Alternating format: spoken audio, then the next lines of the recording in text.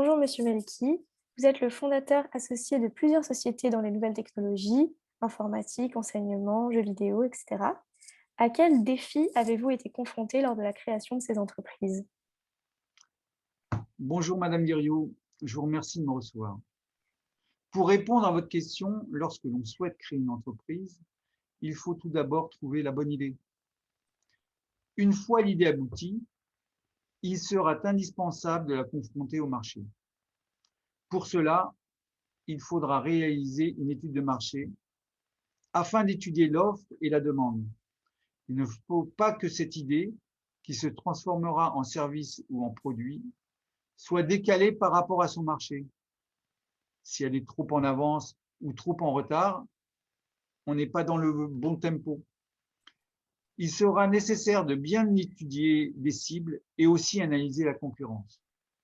Qu'est-ce qu'on va voir dans la concurrence? Les prix, la technologie, les pratiques commerciales, etc. Lorsque nous sommes persuadés que notre idée est bien la bonne, il est indispensable d'effectuer un business plan, aussi bien rédactionnel que financier.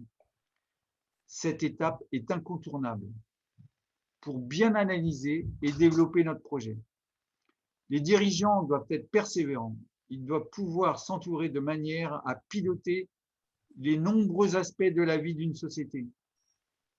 Il pourra ainsi faire face aux multiples défis qui l'attendent pour bien mener son entreprise. Et vous décidez ainsi de parler de ce sujet dans votre ouvrage paru récemment aux éditions Arnaud Franel, Réussir sa création d'entreprise. Vous mettez l'accent sur la dimension à la fois personnelle et professionnelle de la création d'entreprise.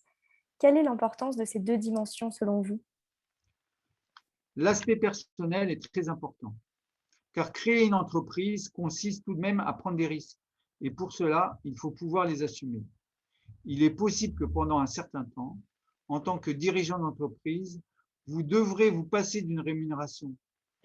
Il faudra prévoir cette situation. Avoir des économies ou d'autres revenus. Il est important aussi d'être soutenu par son conjoint ou l'entourage familial. Maintenant, sur le plan professionnel, tout d'abord, il est nécessaire de bien se renseigner pour lever les éventuelles contraintes légales. Certaines professions sont réglementées.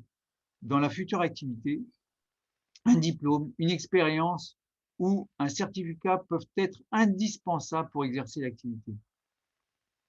Par exemple, tout le monde ne peut pas être un agent immobilier, un courtier en assurance ou un sophrologue.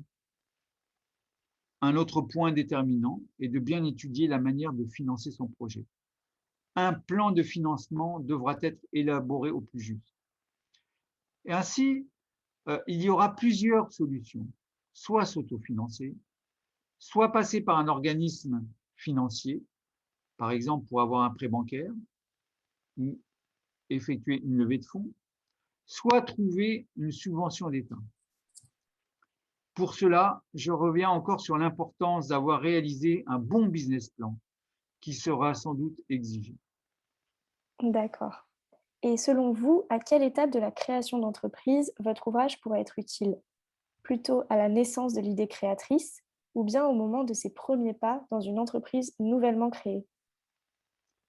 Cet ouvrage est vraiment important pour le porteur de projet, surtout avant la création de l'entreprise, car il permet de poser toutes les questions fondamentales.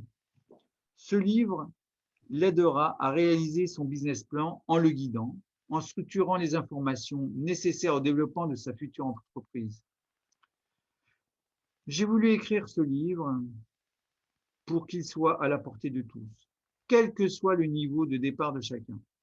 N'oubliez pas que dans l'idéal, un chef d'entreprise doit connaître à la fois l'aspect commercial, financier, juridique, fiscal et social.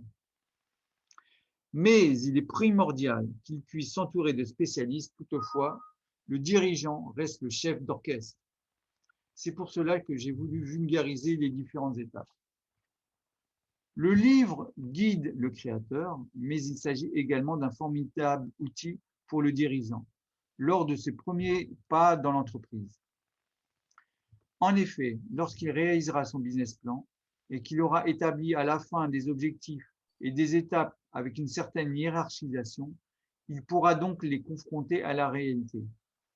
Il élaborera ainsi une comparaison entre le prévisionnel et le réel, avec différents aspects. Par exemple, le chiffre d'affaires, la trésorerie, tout un tas de données qui pourra se mettre. Enfin, le livre peut aider à guider toute personne souhaitant créer son entreprise et la soutenir lors de ses premiers pas. Très bien. On peut donc retrouver votre ouvrage sur la boutique des éditions Arnaud Franel. Merci pour vos réponses.